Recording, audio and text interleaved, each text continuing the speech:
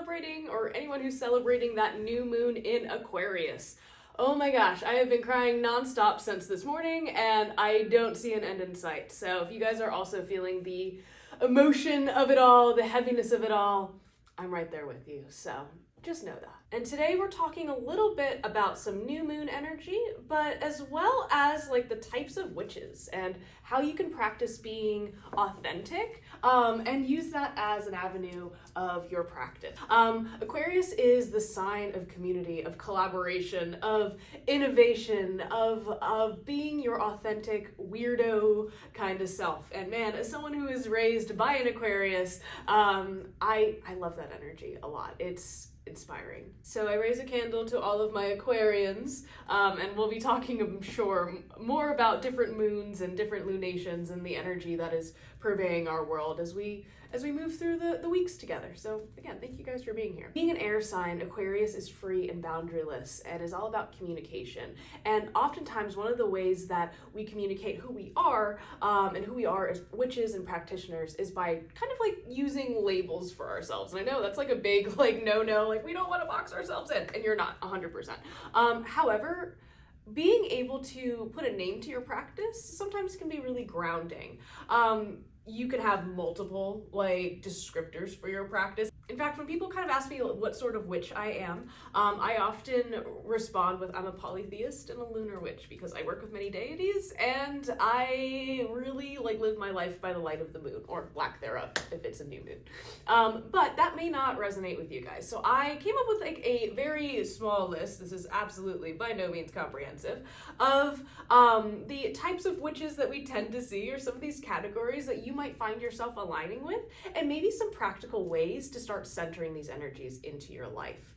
So these are just suggestions. These are just some ways to maybe take some actionable steps into becoming the green witch that you want to be, or becoming the spirit worker that you want to be. And we'll talk about all of that in just a second. Now, before I get any further, I want to say thank you to all of my patrons. If you guys like what we're doing here, if you want some more kind of like tarot stuff, some writing prompts, some overall just like behind the scenes content, because it's crazy running an occult shop in a very red area in Pennsylvania.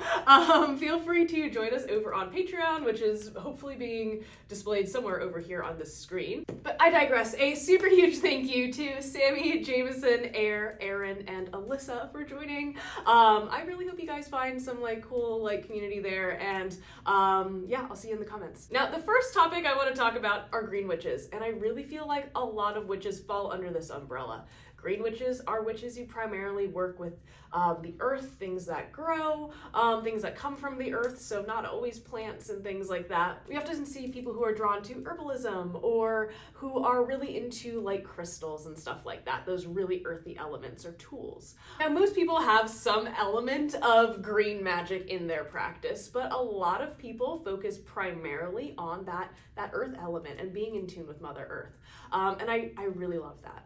I personally live in an apartment, so that makes it really hard for me, I feel like, to be as present with the earth as I would like to be. But you might see green witches in their gardens primarily, or out in the woods. They might be in the kitchen cooking up potions and all sorts of things. Well, maybe a soup more likely.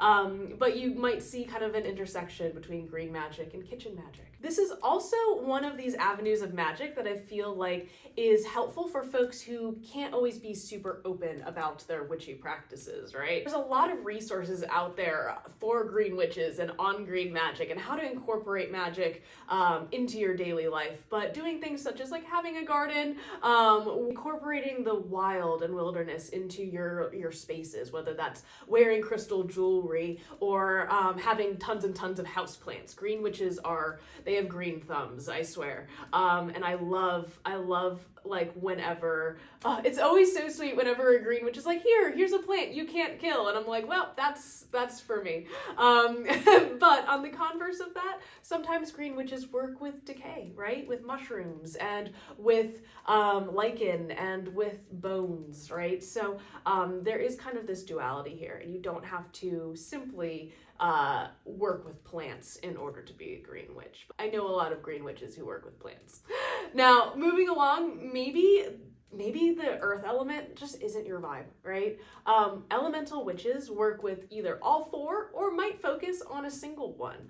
You might have heard of water witches, or witches who are like sea witches, sand witches, no. Witches who work with the energy of a very specific body of water, maybe a sacred spring, a lake, the ocean that they live near. Elemental witches who work with fire might be into fire scrying. Perhaps they're metalsmiths or work with fire.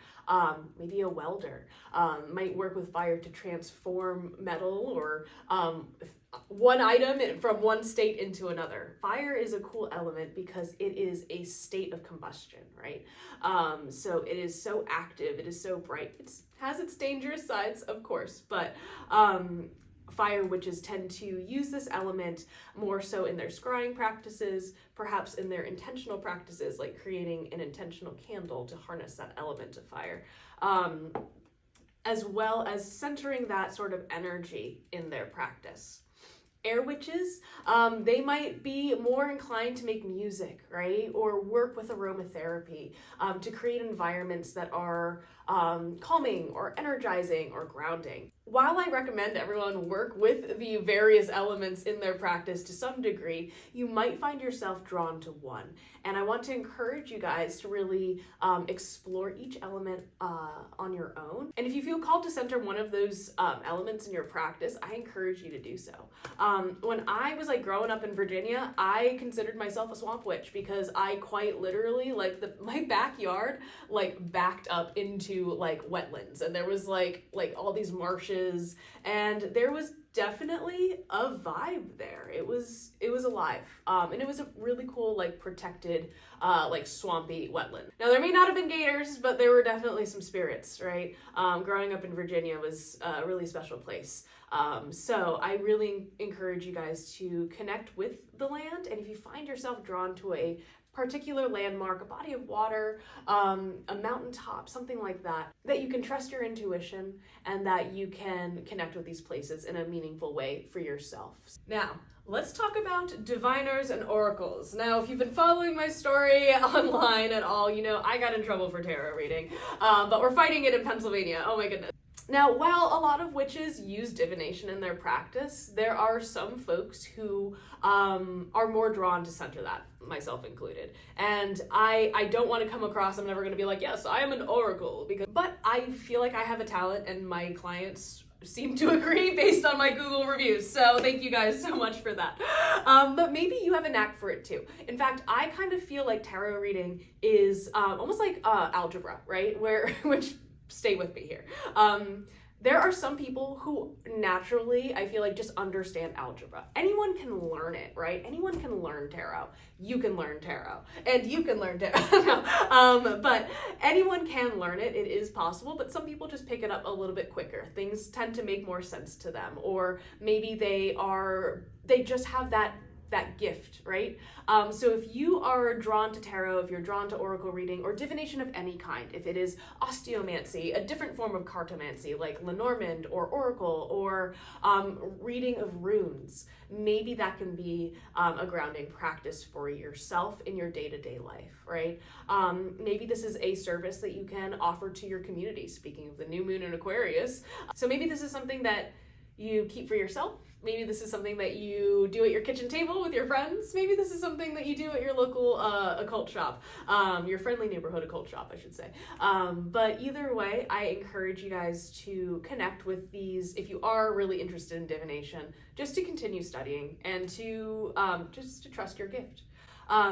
Speaking of divination, I should also talk about astrology, which honestly, like, I saw something online that was like, who cares about astrology? The only planet causing me pain is Earth. And I, as a Virgo and an Earth sign, just felt that to my core. However, there are witches who prefer to look at the stars, right? And what a beautiful ancestral practice that is. Our ancestors did that in order to know when it was time to plant their seeds and harvest their grain and just do things throughout the year. There wasn't exactly like, you know, Google Calendar or whatever. So if you are a cosmic witch or a space witch or somebody who is really, really, really into astrology, I don't know, space freaks me out, to be completely honest with you. I hope that you can just kind of look to the stars, and maybe this is a call to share your love of astronomy, right, and of science, or maybe your love of astrology and of predictions and of mathematics, right? Maybe that's your gift, and what a beautiful way to demystify this universe, no matter how you're looking at it. Now, speaking of ancestral practices like astrology, oh my goodness, let's talk about ancestral witches. Now, there are folks who have witchy ancestors in their bloodlines, which is amazing. Like maybe you are like a third generation, you know, Norse pagan. That's awesome. I'm not. But I do know that I had witchy ancestors. And even though I don't have a direct connection with them, part of my ancestral work is to learn more about these ancestral practices, right? Or do the best I can to learn about my culture, my heritage, and all of that. So in this time of maybe some unrest, perhaps it's time to look back at what our ancestors did, to survive, right? Like having their own gardens and sustaining themselves, working in a community. Again, that new moon in Aquarius energy, and literally having like the village, right, that like raises people up when they are feeling like they're being knocked down. So I just encourage you guys, if you are feeling kind of that call to go back to like folk magic, to learn more about your ancestors and learn more about like those practices that are sacred to you and wherever your family is from, because all of them are really, really beautiful. Like, to be so real with you, I have not met a folk practice that I'm not somewhat moved by, based in the history and the reason why it was done. So I encourage you guys to connect with that as maybe a form of meditation, or as a form of like disconnecting from the chaos that the 21st century is throwing at us, right? Now, notice in all of this, I really didn't mention religion, or gods or spirits or anything like that. And if you're like not feeling the whole deity thing, I just want you guys to rest assured that none of these paths are predicated on that. There is no like requirement to work with the deity in order to be a witch. There's no requirement to follow a specific religion in order to call yourself a witch. If you practice witchcraft, which is simply that, a practice, then yeah, you deserve that title and you deserve to wear that proudly. So put that little conical hat on. Now, that being said, if maybe you are looking for a more spiritual connection, if you're really, really called to deity work and maybe even reconstructing old religious ceremonies like from ancient Greece and stuff, absolutely, I highly recommend diving into the classics, looking at historical evidence, using this kind of time as like a mini research project. If you're like me, I feel like I became a pagan because like I just needed like homework. Like I just needed more homework, I think. But this is a really fabulous avenue for research, for learning more about the ancient world and how we can use some of these practices in a more modern era. It also helps us kind of understand the past, gives us context as to their beliefs, their ideas and principles on spirituality, and also like the mistakes, the hubris, the folly of man, right? So that we don't repeat those mistakes in the future. Now, talking about community, maybe there isn't a big pagan or like Wiccan community in your area, and maybe that's a call to begin, right? It's 2025. About 4 years ago, this whole store, it started with 6 people meeting in a park for the summer solstice. And I'm very grateful to those 6 people for showing up, right? In fact, this is the table that I'm using to sit with my notes and stuff. This is the altar that we used, like quite literally. It's the same table I do all of my readings on. And it was so incredible to me because every single time it grew, right? We organized obviously online, and right now with like the whole like scramble for platforms, I know there's a lot going on. So it might be hard to organize right now. But if you are feeling called to do so and create these safe spaces for people to come together in order to worship in a way that they see fit for themselves, I encourage you to at least give it a second thought if your intuition is calling you that way. I found a lot of fulfillment. It doesn't mean that you need to be a priest or a priestess. I don't necessarily consider myself any of those things. I don't preach at people. I simply try to share ideas and create safe spaces for people to be pagan and to read tarot cards and to, meditate and to learn more about magic and about energy and about the world around us, about different ways of thinking and framing the world. So if you, like me, are or were feeling called to create these spaces, I hope that you are emboldened to do so and know how important that is right now. In order for people to be themselves, to be their authentic selves, to be their most authentic green witchy, sea witchy, sand witchy, tarot reading, Wiccan, pagan, ancestral, folk magic, circle casting, astrology reading, lot casting, bind rune making witch that they need to be. I encourage you to be brave enough to do so, because it's hard, and it takes a lot of work and a lot of space, but it's worth it, even if creating these spaces are online. But hold fast through this chaos, right? To speak about tarot, this is like a tower moment, right?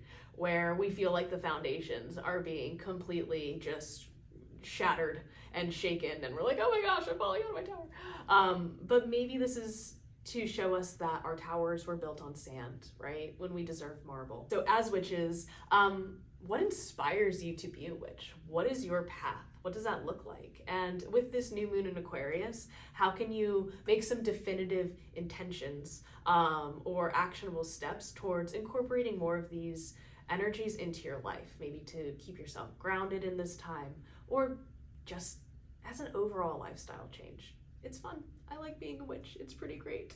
Thank you guys so much for joining me. I know I rambled at you a lot.